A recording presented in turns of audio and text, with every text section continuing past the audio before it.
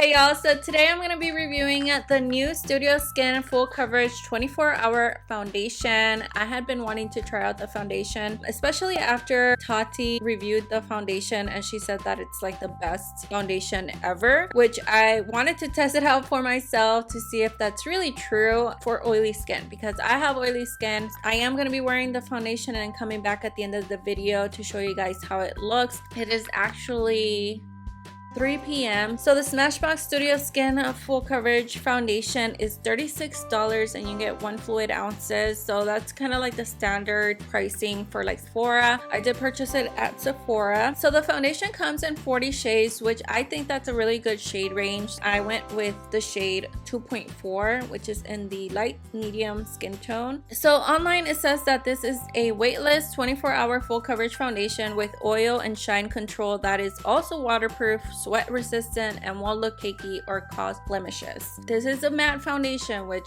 if you've seen my other videos, I've been staying away from matte foundations only because I don't like my skin to look dry. Even though I have oily skin, I still don't like my skin to feel dry. It's good for normal dry combination and oily skin. I don't know how true that is because I know a lot of people who have dry skin hate matte foundation, but who knows, maybe you like matte foundations. So it says that the foundation has kaolin clay with bamboo powder, controls oil and shine, hyaluronic acid, which nurtures the skin, vitamin E, protects skin against environmental aggressors. It says that it's free of sulfates, parabens, formaldehyde releasing agents, phthalates, retinol palmitate, coal tar, and contains less than 1% of synthetic fragrances. Okay, so I can't find anywhere that it says that the foundation is vegan, so unless it says on the website or on the packaging that the product is vegan, I assume that it's not vegan. That's just the way that I interpret products.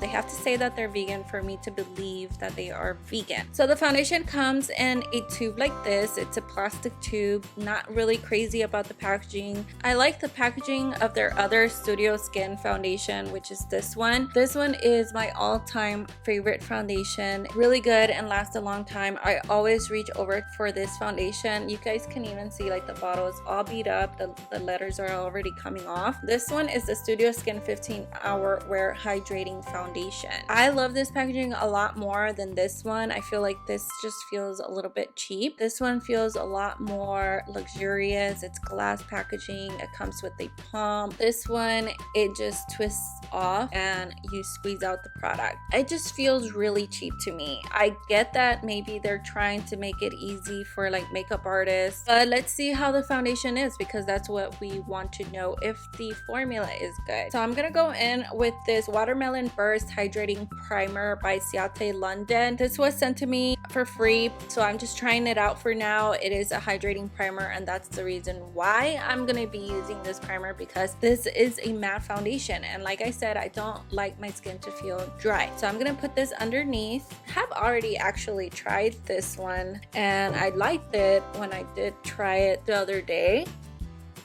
It feels very like hydrating. Like, it definitely is a hydrating primer. It feels really nice on the skin and it smells good too. It smells like watermelon. And then for my pores, I'm going to use the Blurring Primer by Cover FX, which is a pore minimizing primer. I always have to go in with some type of pore minimizing primer because I have really large pores right here. It also helps control shine and oils. Okay, so I went ahead and zoomed you guys in. Sorry if my ear is like really red. I don't know why.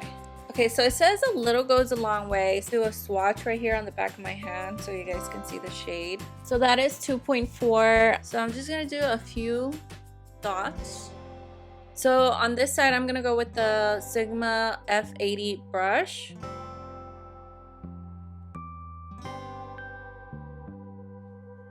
And I normally apply foundation with a beauty sponge. I can see right away that it is a matte finish, pretty full coverage.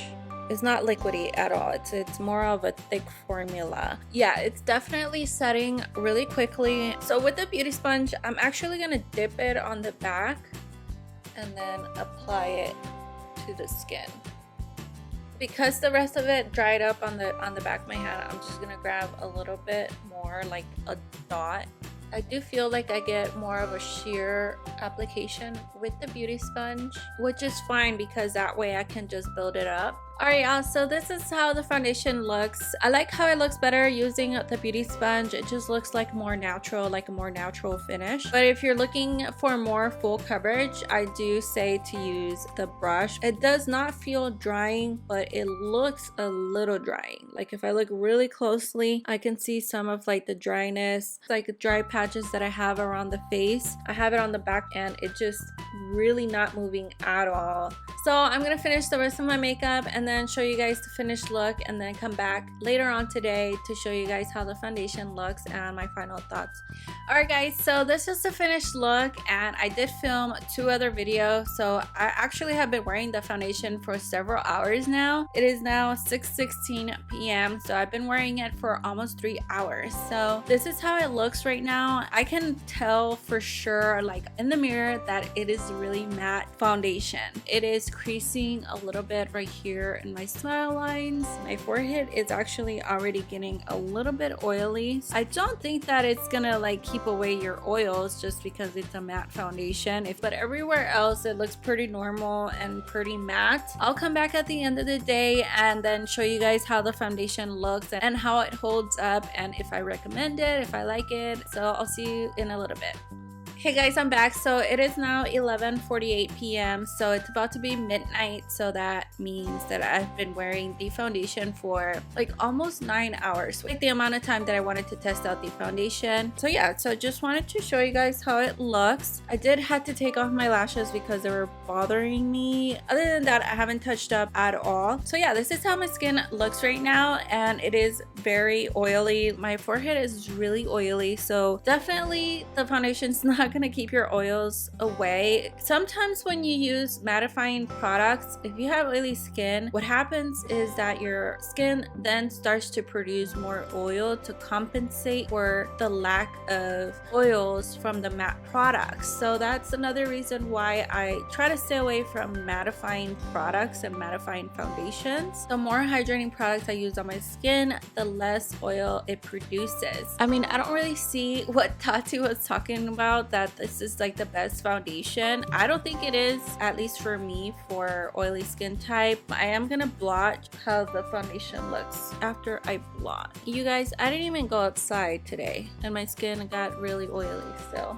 Once I blotted my skin, some of the foundation came off, my concealer. I don't really see how this would be like a 24-hour foundation because it is already like breaking apart and things like that. I can see like the dryness around my chin, my forehead once I blot it, because it is a matte foundation. So yeah, actually, I mean, overall, I don't really like the foundation for my skin type. I still like the hydrating foundation. That one is still my favorite. Let me know if you have tried the new Studio Skin foundation by Smashbox. I don't like the packaging either. That's my review. I hope this video was helpful to you guys. Thank you so much for watching. I'm ready to go to sleep already. I am like, my eyes are almost closing now. Thank you so much for watching. I love you guys, and I will see you in my next video.